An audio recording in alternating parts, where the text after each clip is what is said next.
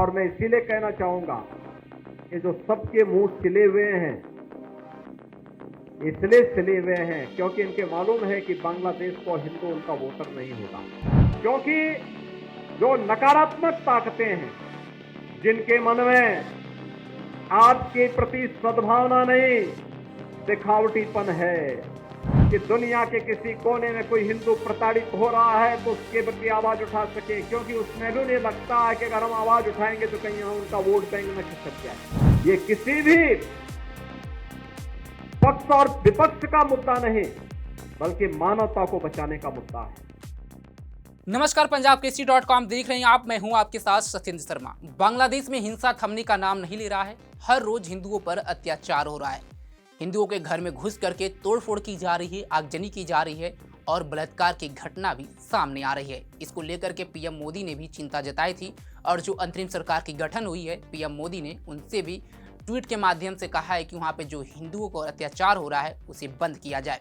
साथ ही हिंदुओं पर अत्याचार को लेकर के यूएन ने भी निंदा की है। लेकिन अब सीएम योगी आदित्यनाथ ने हिंदुओं पर अत्याचार को लेकर के विपक्ष को घेरा है। बांग्लादेश में हिंदुओं पर जिस तरह से अत्याचार हो रहा है, सीएम योगी ने एक सभा को संबोधित करते हुए उसका जिक्र किया और कहा कि वहाँ पे जितने भी हिंदू हैं उसमें से 90% जो हिंदू हैं वो पिछड़ी वर्ग के हैं। लेकिन भारत की जो विपक्षी पार्टी है, एनडीए गठबंधन है, उनको उन हिंदुओं की कोई चिंता नहीं है, उन दलितों की कोई चिंता नहीं है, क्योंकि जो वहाँ के हिंदू हैं इनके वोटर नहीं हैं, वोट बैंक के लिए राजनीति करते हैं। सुनिए सीएम योगी ने हिंदुओं पर हो रहे अत्याचार को लेकर के विपक्ष को किस तरह घेरा।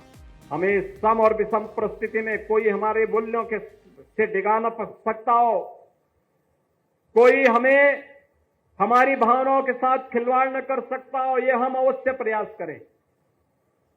क्योंकि जो नकारात्मक ताकतें हैं, जिनके मन में आज के प्रति सद्भावना नहीं, दिखावटीपन है, जो राम के अस्तित्व को नहीं मानते, जो कृष्ण के अस्तित्व को नहीं मानते, जिन लोगों के मन में भारतीयता के प्रति कोई सम्मान का भाव नहीं, जिन लोगों के मन में ये कोई भाव नहीं कि दुनिया के किसी कोने में कोई हिंदू प्रताड़ित हो रहा है तो उसके प्रति आवाज उठा सके, क्योंकि उसमें भी उन्हें लगता है कि अगर हम आवाज उठाएंगे तो कहीं हम उनका वोट बैंक न खिसक जाए।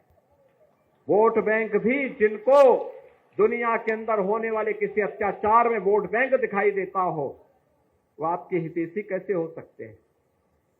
याद रखना, जो बांग्लादेश में हो रहा है, जो चर्चाएं हो रही थी अभी, वहां 90% जो हिंदू बचा है वह दलित समुदाय से है।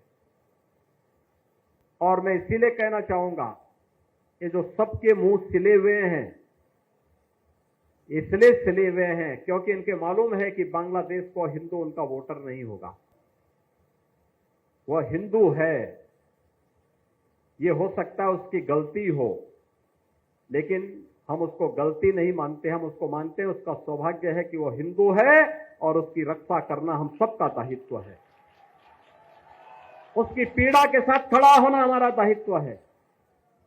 हमारे लिए वह हिंदू है, एक मानव है, एक मानव के नाते उसकी मानवता की रक्षा करना, उसके जीवन को संरक्षण देने के लिए एक आवाज उठाना, ये हमारा दायित्व है और हम अपने इस दायित्व को निर्वहन जीवन भर करेंगे।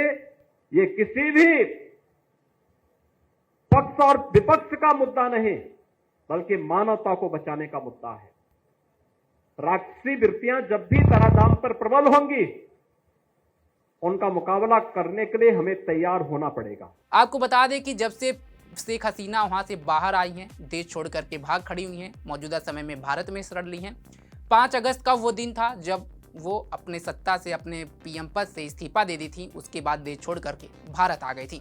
उसके बाद से वहां पर हिंदुओं पर लगातार अत्याचार बढ़ते जा रहे हैं। पीएम आवास पर कब्जा किया गया था।